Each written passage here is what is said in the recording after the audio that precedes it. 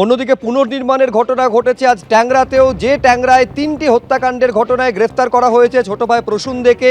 সেই প্রসূন দেকে সঙ্গে নিয়ে আজকে পুলিশ পৌঁছয় ট্যাংরায়। সেই বাড়িতে প্রায় 2.5 ঘন্টা ধরে ঘটনার পুনর্নির্মাণ করা হয়। সেদিন ঠিক কী ঘটেছিল, কিভাবে 3 জনকে খুন করেছিলেন প্রসূন দে, সেইটা সবিস্তারে প্রসূন দে পুলিশের উপস্থিতিতে দেখান।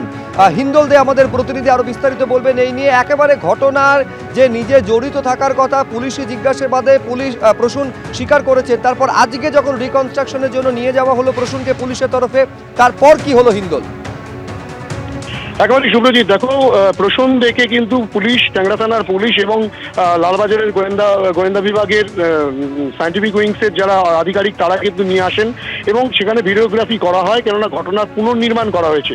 সেই পুনর্নির্মাণের সময় প্রসূন দে তিনি কিন্তু ঘরের ভেতরে যখন প্রবেশ করেন, সেখানে স্ত্রী এবং মেয়ের ছবির সামনে গিয়ে তিনি বেশ খানিকক্ষণ কান্নাকাটি করেন, তেমনটাই জানা যাচ্ছে।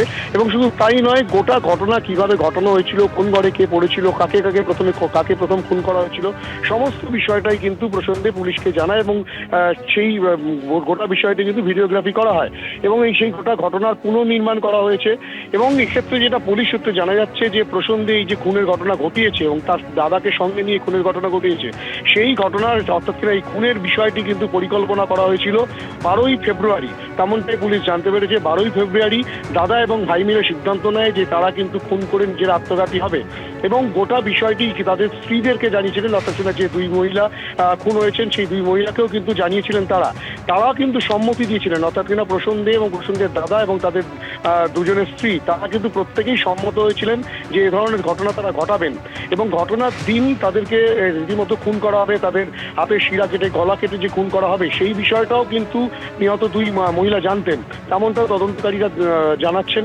গোটা ঘটনায় আজকে কিন্তু এই প্রায় 2.5 ঘন্টা সময় ধরে ঘটনার পুনর্নির্মাণ করা হয় এবং পুলিশ যেটা বলছে যে প্রসূন দের দাদা যেহেতু এখনো পর্যন্ত এনআরএস হাসপাতালে চিকিৎসাধীন রয়েছেন, তিনি ছাড়া পাওয়ার পর, তাকে গ্রেপ্তারের পর আরও বিষয়টা সামনে আসবে, আর কি ঘটনা ঘটেছিল, তার কি ভূমিকা ছিল সেই বিষয়টাও কিন্তু স্পষ্ট হবে, তেমনটাই তদন্তকারীদের দাবি।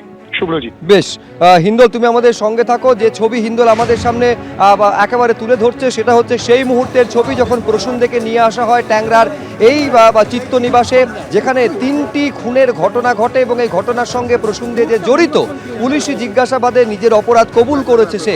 এমনকি একথাও গতকাল কোর্টে দাঁড়িয়ে প্রসূন দে বলেছিল যে দ্রুত যেন পুলিশ চার্জশিট দেয়, সেই চার্জশিট অনুযায়ী যা শাস্তি দেওয়া হবে তাই তিনি মাথা পেতে নেবেন। এবং তারপর প্রসূন দেকে 2 দিনের পুলিশ হেফাজতে নির্দেশ দেয় আদালত। আজ প্রসূন দেকে নিয়ে চিত্তনিবাসে আসে পুলিশ এবং তারপর সেদিনের ঘটনার পুনর্নির্মাণ করা হয়।